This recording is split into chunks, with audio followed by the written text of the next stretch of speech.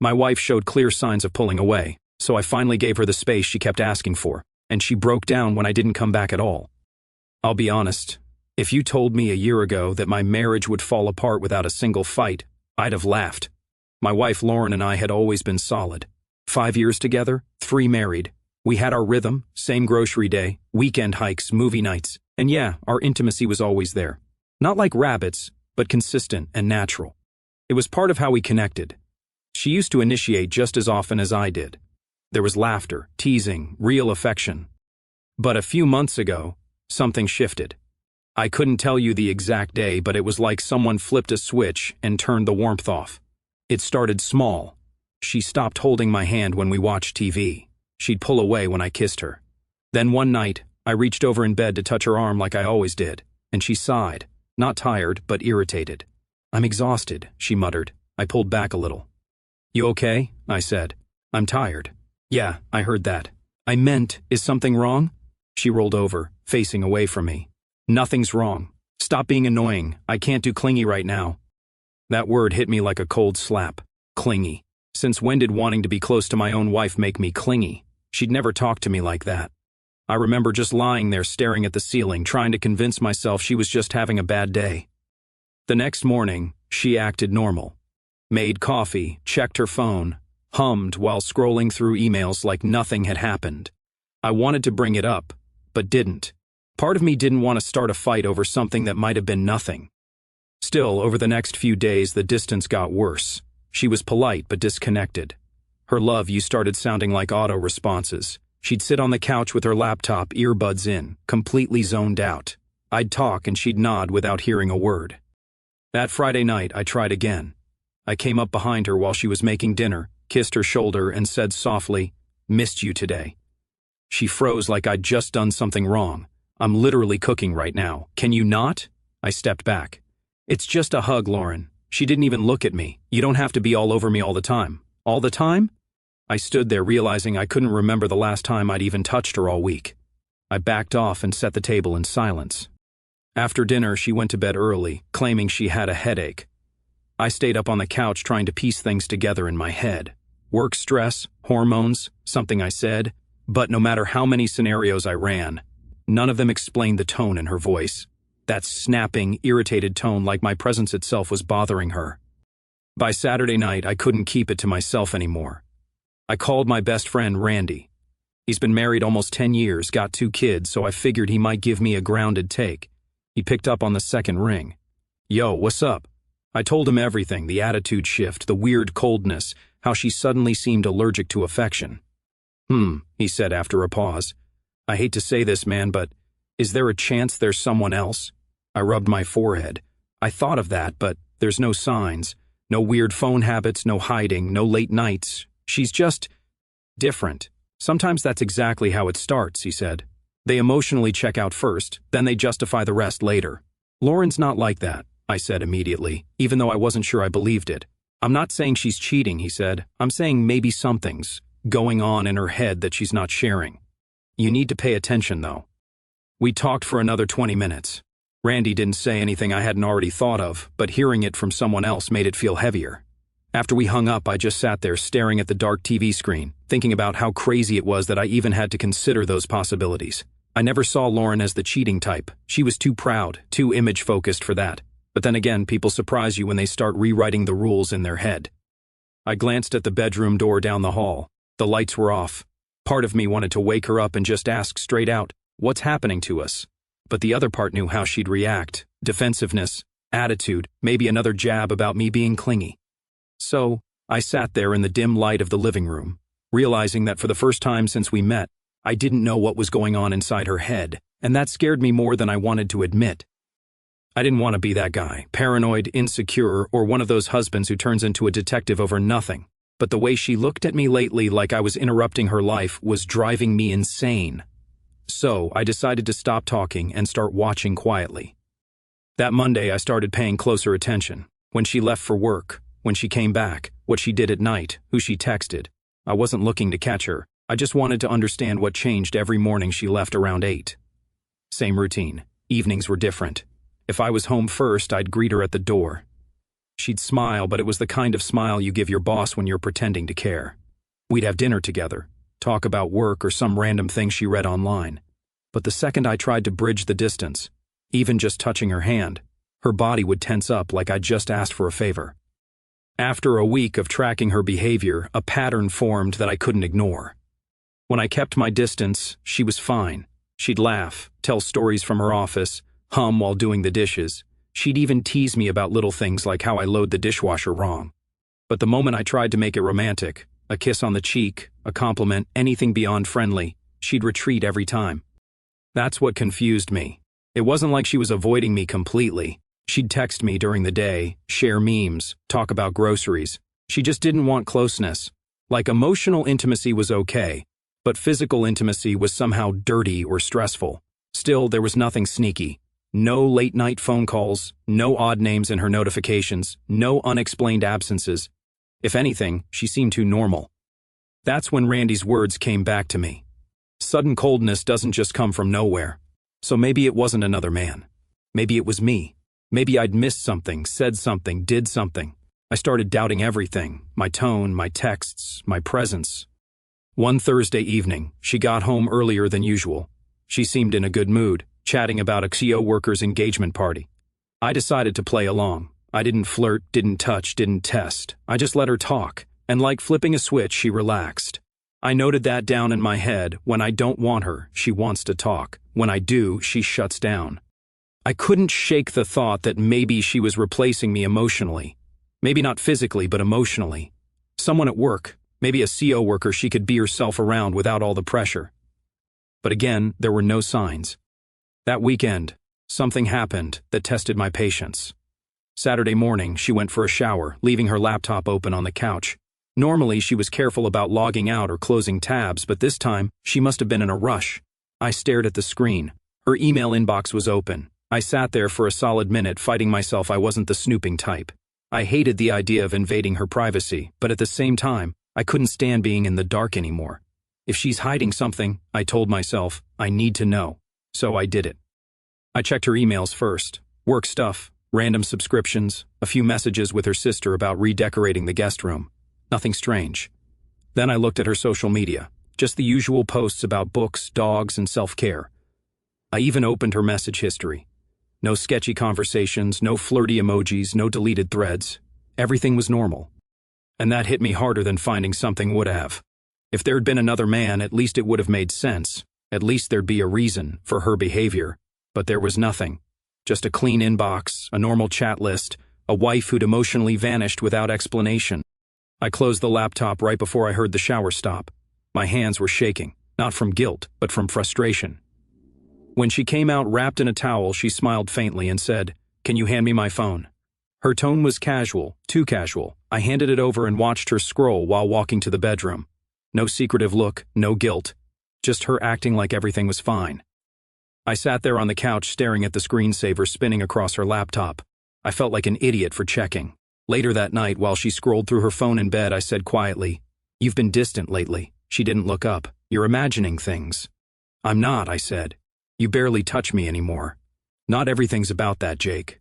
Her tone had that sharp edge again. "You make it weird when you turn every little thing into something dramatic." I wanted to argue, but I didn't. There was no point. After she fell asleep, I sat on the edge of the bed thinking about how insane it felt to be married to someone and still feel like a stranger in your own home. There wasn't another man. There wasn't cheating. There wasn't some secret hidden in her phone or laptop.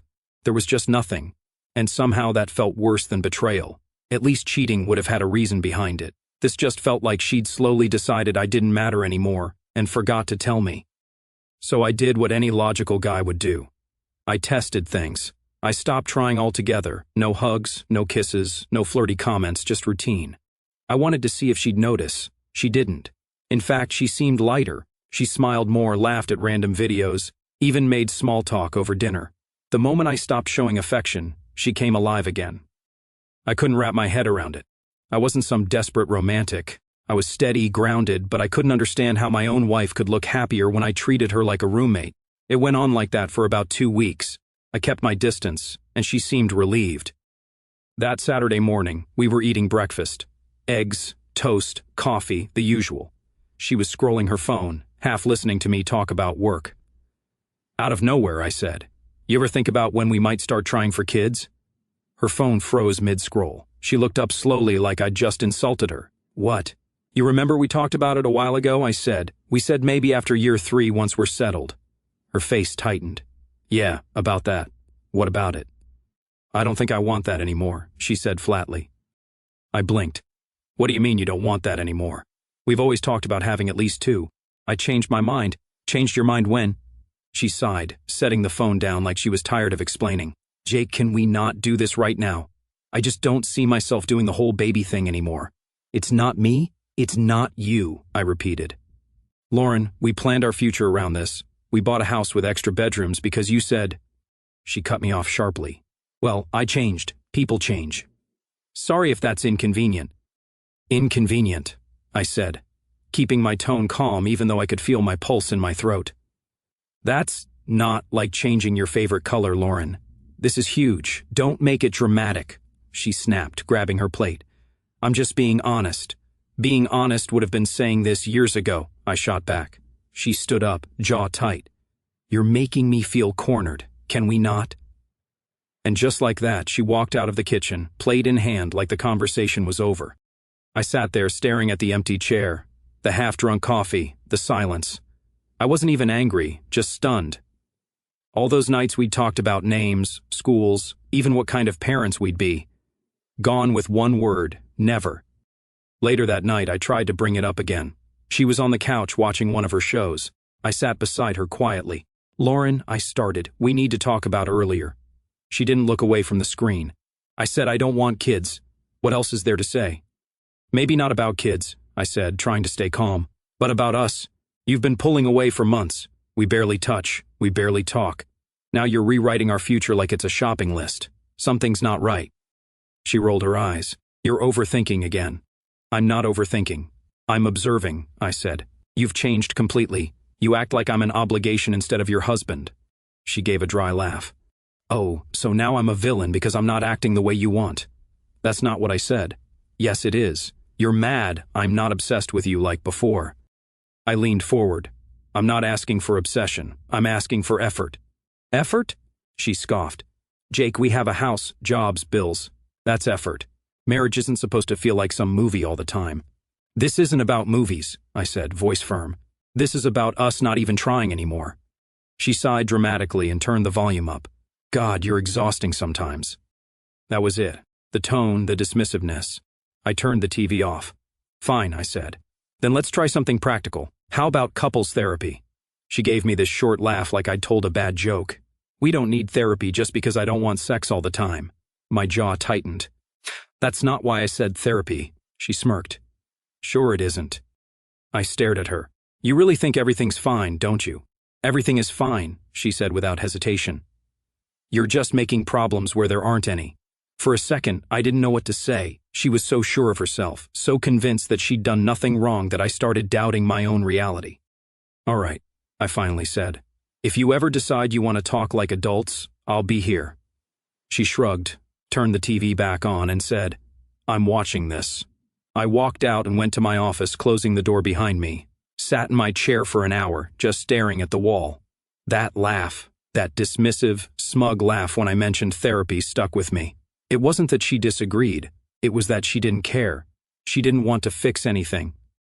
That night, while she slept soundly beside me, I lay awake realizing something brutal. This wasn't just about affection or attraction. It wasn't even about kids. It was about her completely, shutting down every dream, every plan, every piece of us that used to exist. And I was finally starting to accept that she wasn't confused. She was content. Content in a version of marriage where I didn't matter. Another week passed that way. I worked late most nights because it was easier than sitting across from her pretending everything was fine. When I did come home early, she'd already eaten. Thursday night, I came home around 7. She was making dinner, pasta, her favorite. I stood in the doorway for a second, watching her hum to herself, completely at peace. That peace used to make me happy. Now it just made me feel like a ghost. At dinner, she smiled faintly. "You've been less intense lately. I like this version of us." "Less intense?" I asked. "Yeah," she said between bites. "It's just peaceful. No pressure, no expectations. Feels like we're finally comfortable." I stared at her for a moment. You're happy like this? Yeah, she said simply. Aren't you? No, I said. Not even close. Her fork froze midair. What do you mean? I mean, I'm not happy, Lauren. I've been trying to pretend I am, but this, I gestured between us. This isn't a marriage anymore. She rolled her eyes. Oh my God. Here we go again. Here we go again?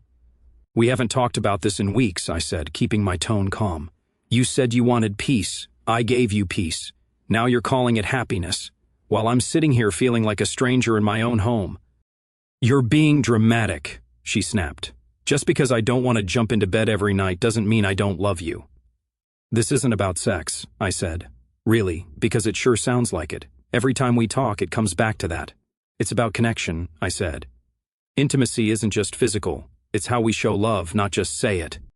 She laughed, but there was no humor in it. You're unbelievable. You think love is measured by how often we touch. That's so shallow, Jake. I kept my tone level. You're twisting it. I'm saying I need to feel wanted by the person I married. You act like that's selfish. Because it is selfish, she shot back. You only care about what you're not getting. You don't care about how I feel. How you feel, I repeated. I've spent months trying to figure that out. You've shut me out completely. And the second I bring it up, you make me the problem. She slammed her fork down. You are the problem. You're obsessed with everything that's missing instead of appreciating what we have. I work, I come home, I share my life with you. What else do you want? I want my wife, I said quietly. Not a roommate who happens to wear my ring. She gave a dry laugh. Maybe you should have married someone who wants to play house every night. I'm not that person. Yeah, I said. I'm starting to see that. Her face hardened. What's that supposed to mean? It means I've been holding on to the version of you that actually cared about us. The one who wanted a life together, not just a routine. She leaned back in her chair, arms crossed. So what? Now you're threatening to leave because you're not getting enough attention? I shook my head. I'm not threatening anything. I'm being honest. Honest, she repeated mockingly. You think you're the only one struggling? You think it's easy for me? Constantly being pushed to do things I don't feel like doing. I'm not pushing you, I said firmly. I stopped pushing months ago. You wanted space, I gave it to you. You wanted quiet, I gave that too. And you know what? You're still unhappy. You just call it peace. She glared at me, breathing hard. You're unbelievable. You twist everything. You make me feel guilty for not being some perfect wife who worships you. I never asked for worship, I said, keeping my voice even. I asked for partnership. She stood up, her voice rising. You just want control. That's what this is. You can't handle that I'm not bending to your needs anymore. I looked at her steadily. You know what's crazy? I've never once tried to control you. You, on the other hand, have decided that every normal part of marriage, affection, closeness, communication, is optional when it stops suiting you. She pointed at me like she was scolding a child. You're twisting my words again. No, I said. I'm just finally calling them what they are. She stared at me for a few seconds, then said coldly, If you're that miserable, Jake, then leave. The room went silent. The only sound was the low hum of the refrigerator. Is that what you want? I asked quietly. She didn't hesitate. I want peace, and you clearly can't give it to me. I nodded slowly, studying her face. There was no anger, no sadness, just finality. Okay, I said. Then I won't stand in the way of your peace. Her expression flickered for half a second, maybe confusion or surprise, but I didn't stick around to decode it. I stood, took my plate to the sink and rinsed it. She didn't say another word. That was the night I decided I was done. Not in rage or heartbreak, just clarity. If she wanted a life without pressure, without closeness, without me, I'd make sure she got it. I woke up the next morning feeling clear. Not calm, not angry, just done. The decision didn't feel emotional. It felt like finally exhaling after holding my breath for months. While she got ready for work, I sat at the kitchen table sipping coffee. She said goodbye like any normal day, kissed the air near my cheek, and left. That tiny space between us said everything. The second the door shut, I pulled out my laptop and searched for divorce attorneys. It felt strange seeing the word on the screen, but I didn't hesitate. I found a reputable firm nearby and booked a consultation for the next morning. No hesitation, no second guessing. After the call, I looked around the house, our house, and realized how lifeless it felt. Every room looked staged, like a display in a furniture catalog. Nothing personal anymore. Her candles, her books, her perfect little arrangements. I could barely find traces of myself in it. I opened the closet and started packing my things slowly, carefully. Shirts, shoes, watch, chargers. I didn't grab everything, just what was mine. No dramatic suitcase slamming, no shouting, no tears. Just a man quietly detaching from a life he no longer recognized. Every now and then I'd stop and glance at something that used to mean something. The framed picture from our honeymoon, the card she wrote me on our first anniversary, the blanket we picked out together at Target. It all looked like props from someone else's story. Before noon, my side of the closet was nearly empty. I left the hangers on the floor. The place looked hollow. I sat on the edge of the bed for a long time thinking about what to say. I didn't owe her a long letter. I'd said everything worth saying already. She just never listened. So, I grabbed a notepad and wrote, "You wanted a roommate. I want a wife." That was it. Clean, final, and true. I left the note on the kitchen counter where she'd see it first thing when she walked in. The ring came off next. I stared at it in my palm for a moment. A simple band, nothing fancy. It used to symbolize something real. Now it just felt like a reminder of how easily people can stop caring. I didn't want to throw it away, so I drove to a small pawn shop downtown. The guy behind the counter looked at it and offered me a fair amount. I left the shop feeling lighter. Then I drove to my brother's place on the other side of town. When he opened the door, he took one look at me and didn't ask a single question. Just moved aside and said, "Spare room's open." We sat on the back porch later that evening. I told him everything, the distance, the fights that never happened, the silence that did all the damage. He didn't say much, just nodded. At the end, he said, "Man, you held on longer than most would have." I shrugged. I kept thinking she'd come around. He gave a sad half smile. People like her don't come around. They get comfortable. He was right. That night, I lay in the guest bed staring at the ceiling, feeling the kind of quiet that doesn't ache, just exists. I expected guilt or sadness to hit me, but it didn't. Just clarity. Around 9, my phone buzzed. Her name lit up the screen. I let it ring. A voicemail popped up. Then another. Then another. By the third one, curiosity got the better of me. I played the first. "Hey, where are you? Your stuff's gone. What's going on? Call me."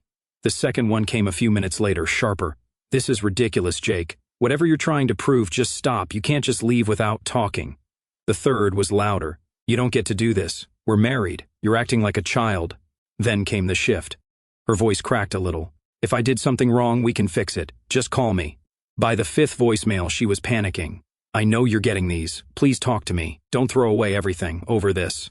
The sixth came in with anger again. "Fine, be childish, but you'll have to come back eventually. You can't just walk away from responsibility." And then the last one. Quiet, uncertain. "Did I say something wrong? I thought we were happy. I don't understand." I stared at the phone for a long time after that. Not out of hesitation, but realization. She really didn't understand. She thought this was about one fight, one misunderstanding, not the months of her choosing distance over love. I played the last message again. Her voice was shaking, softer than I'd heard in a long time. But even then, it wasn't regret. It was confusion that her peaceful setup had finally fallen apart. I typed one short text. "You wanted peace. You have it now." Then I blocked her number. For the first time in months, I slept through the night. No overthinking, no hope, no dread. Just silence. The kind that finally felt right. But silence doesn't stay silent for long. 2 days later, she showed up at my job. I was in the middle of a meeting when my coworker poked his head into the conference room. Jake, there's a woman asking for you at the front desk. Says it's urgent." I already knew. When I walked out, she was standing by reception, arms crossed, wearing that familiar mix of anger and disbelief. The receptionist looked uncomfortable. "Jake, we need to talk," she said. I kept my voice even. "You shouldn't be here, Lauren. You left me no choice," she snapped. "You disappear, block my number, and expect me to just, what? Pretend this isn't happening?" I gestured toward the hallway. "You can't do this here." "I'll wait in the parking lot then," she said firmly. "But you will talk to me." Security ended up escorting her out 15 minutes later after she refused to leave the lobby. My manager didn't even look surprised, just said, "Rough week, huh?"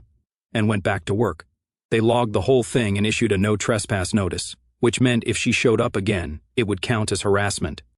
It happened again 3 days later. Different outfit, same scene. Security walked her out again and logged it as a second violation, telling me they'd involve police if it happened again. That's when I contacted my lawyer to speed up the divorce process.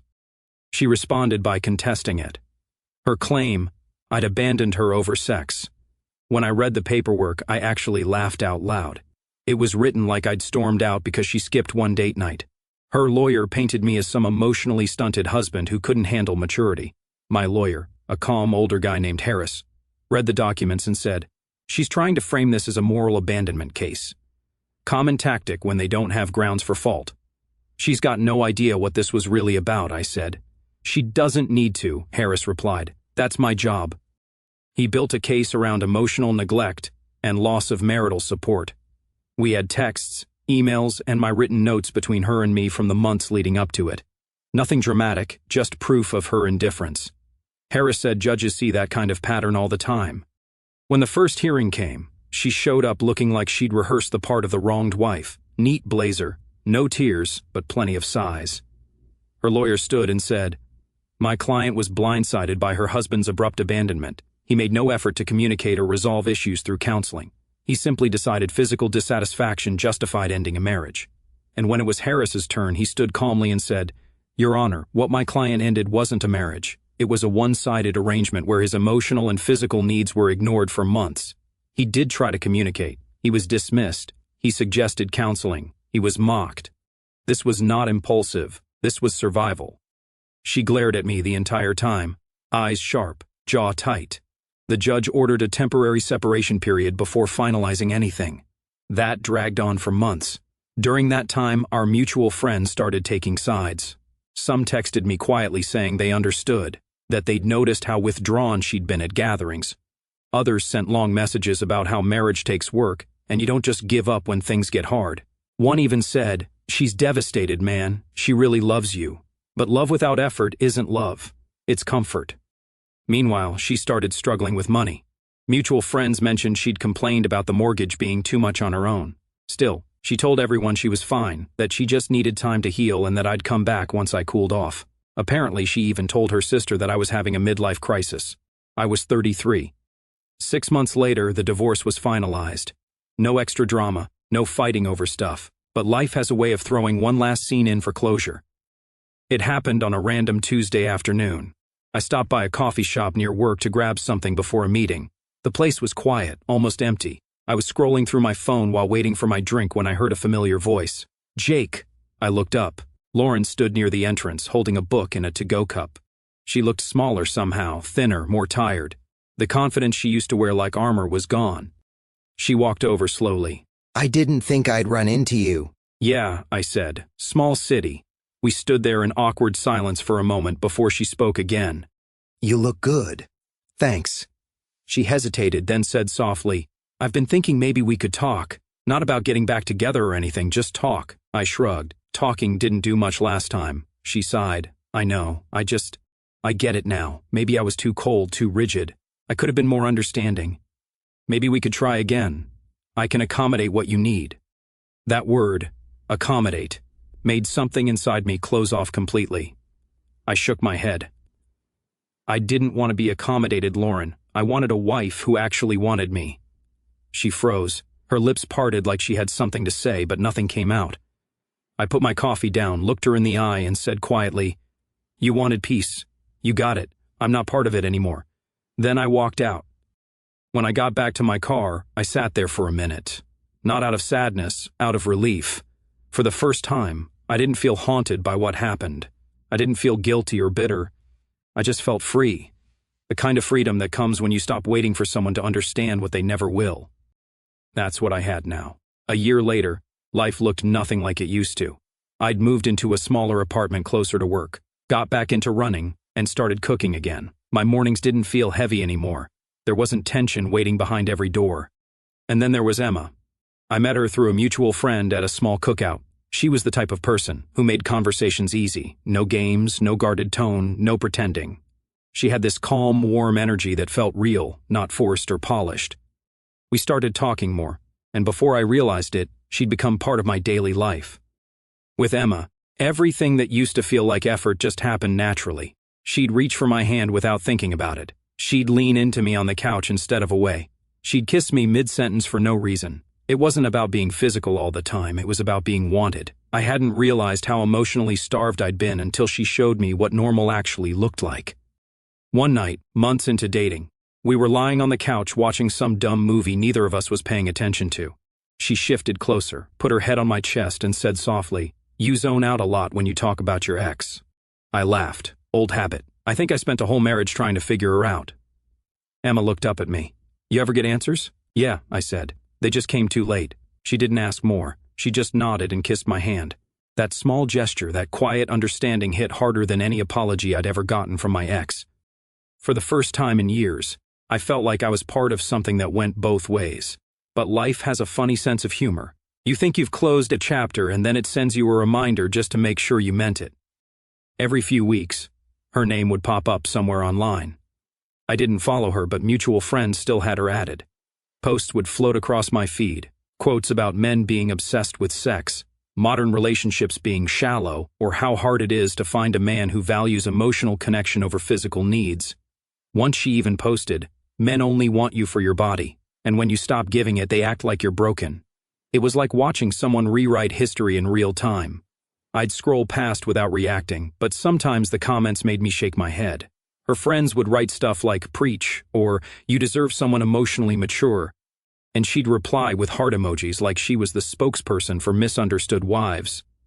Meanwhile, mutual friends would send the occasional update. "She's still single," one of them said. "Still ranting online, still doesn't get it." Apparently she tried dating again, but every relationship ended the same way. Too much pressure, too many expectations. She'd talk about how exhausting men were, how they always wanted something from her. She never once seemed to ask what she was bringing to the table. Then I heard she started therapy. At first I thought maybe she'd finally turned a corner. Maybe she was ready to face her part in everything. But that hope didn't last long. A friend who still talked to her told me she fired her first therapist after 3 sessions. "He said she's afraid of vulnerability," my friend explained. "She said he was projecting and found someone else." The new therapist apparently validated her truth, meaning she found someone who told her exactly what she wanted to hear, that she was right all along and men just couldn't handle a woman with boundaries. It was sad to hear, but not surprising. She'd rather rebuild her own narrative than admit she might have killed her marriage by shutting it down piece by piece. Sometimes I'd think about what would have happened if she'd been willing to listen back then. If she'd said, "You're right, something's wrong, let's fix it." But that version of her didn't exist anymore, and I wasn't waiting around for her to find it. I didn't hate her for what happened. Hate would mean she still had power over me. I just pitied her for never learning that love isn't supposed to feel like relief from someone else's presence. It's supposed to feel like comfort in it. I turned over, wrapped my arm around Emma, and closed my eyes. For the first time in years, I wasn't replaying conversations in my head or trying to understand someone who didn't want to be understood. I'd finally stopped chasing the version of peace that comes from silence. Because real peace comes from being wanted, not just tolerated. And Lauren, she wanted peace over passion, comfort over connection. So, I gave her exactly what she asked for, a life without me.